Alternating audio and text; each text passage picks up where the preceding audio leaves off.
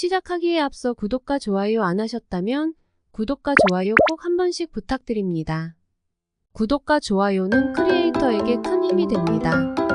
제게 큰 힘을 주셔서 감사드리며 바로 시작합니다. 최근 카타르 갑부 쉐이크 자신 빈 하마다 알타나가 토트넘을 살 수 있다는 소식에 크게 화제가 되고 있습니다. 자세한 소식 알아보겠습니다. 카타르 갑부 쉐이크 자신 빈 하마다 알타나는 맨체스터 유나이티드 인수에 나서며 막대한 투자를 약속하고 있는데요. 카타르의 자본을 바탕으로 홈 경기장 올드 트래포드를 비롯해 다양한 시설 강화를 구상하고 있습니다. 영국 출신 사업가 짐 래클리프와 인수 경쟁을 펼치고 있는 상황입니다. 지난 2월 인수를 위해 공식적으로 입찰을 했지만 아직까지 뚜렷한 방향은 보이지 않고 있는데요. 글레이저 가문이 계속해서 높은 금액을 유지하는 가운데 매각이 빠르게 진행되지 않고 있고 결국에는 글레이저 가문이 맨유에 잔류할 수 있다는 가능성도 제기됐습니다. 여전히 알 수 없는 상황 속에서 영국 데일리 익스프레스는 16일 충격적인 소식을 전했습니다. 데일리 익스프레스는 쉐이크 자심의 카타르 자본은 맨유 인수가 실패로 이어질 경우 토트넘으로 시선을 돌릴 것이다. 토트넘 인수가 그들의 차선책이다라고 전하며 화제가 되고 있습니다. 이어 파리 생제르맹은 카타르 구단주들에게 훌륭한 팀이지만 프랑스 리그는 충분히 크지 않다고 느끼고 있다. 그들은 잉글랜드 프리미어리그에서 청사진을 그리길 바라고 있다. 고 프리미어리그 팀 인수 의지를 덧붙였습니다. 토트넘은 올해 매각설에 휩싸인 적이 있습니다.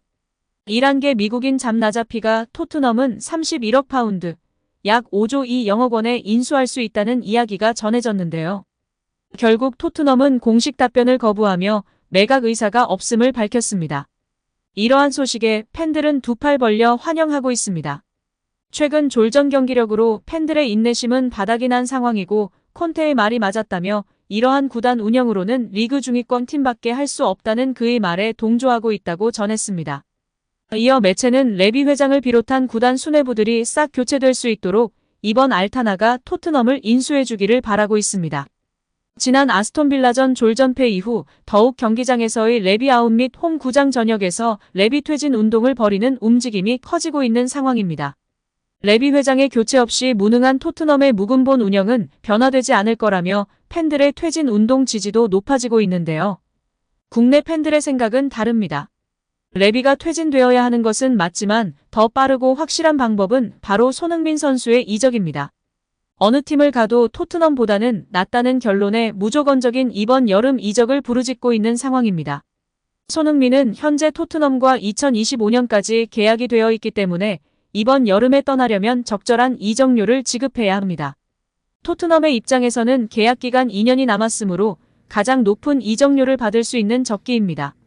해리 케인의 경우 2024년으로 이번 여름이 아니면 아예 이적료를 한 푼도 못 받고 보내줘야 하기 때문에 적당한 금액을 받고 보내주는 게 맞을 거고 똥배짱 부리다 가는 내년에 한 푼도 못 받고 FA에 보내줄 수밖에 없습니다.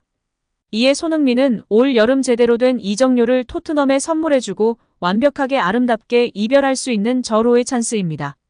현재 손흥민을 노리고 있는 팀들은 프리미어리그에서는 뉴캐슬, 리버풀, 첼시 등이 물망에 오르고 있습니다.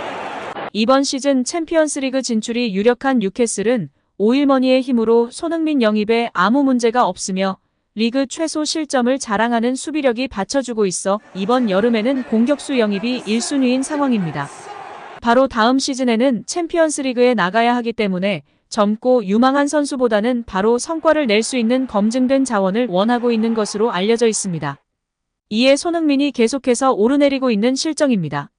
리버풀의 경우에는 살라를 중심으로 다시금 공격진의 개편 및 노쇠한 선수단 개편이 필수적인 상황인데요. 공격수보다는 미들진의 교체가 1순위이긴 합니다만 예전부터 손흥민의 영입을 원했던 클롭이기에 이번 선수단 개편에서 공격진에서는 손흥민을 원할 것이 다분하다는 게 중론입니다.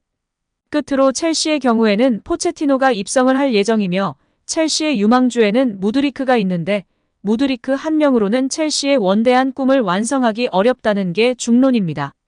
여기에 지난 시즌 첼시 구단주 토드 보엘리는 지난 1년 동안 이적료만 약 1조 원을 썼습니다. 이번에도 포체티노를 영입하면서 새로운 코치진과 선수단 강화를 위해 지원을 아끼지 않기로 했다는 보도가 줄을 잇고 있습니다.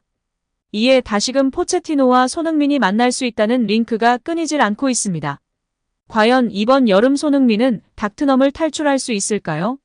아니면 카타르 갑부가 토트넘을 사고 반전이 일어날까요? 오늘 영상은 여기까지입니다. 시청해주셔서 감사드립니다. 오늘도 건강하시고 좋은 하루 보내세요. 다음에도 더 좋은 영상으로 찾아뵙겠습니다. 감사합니다.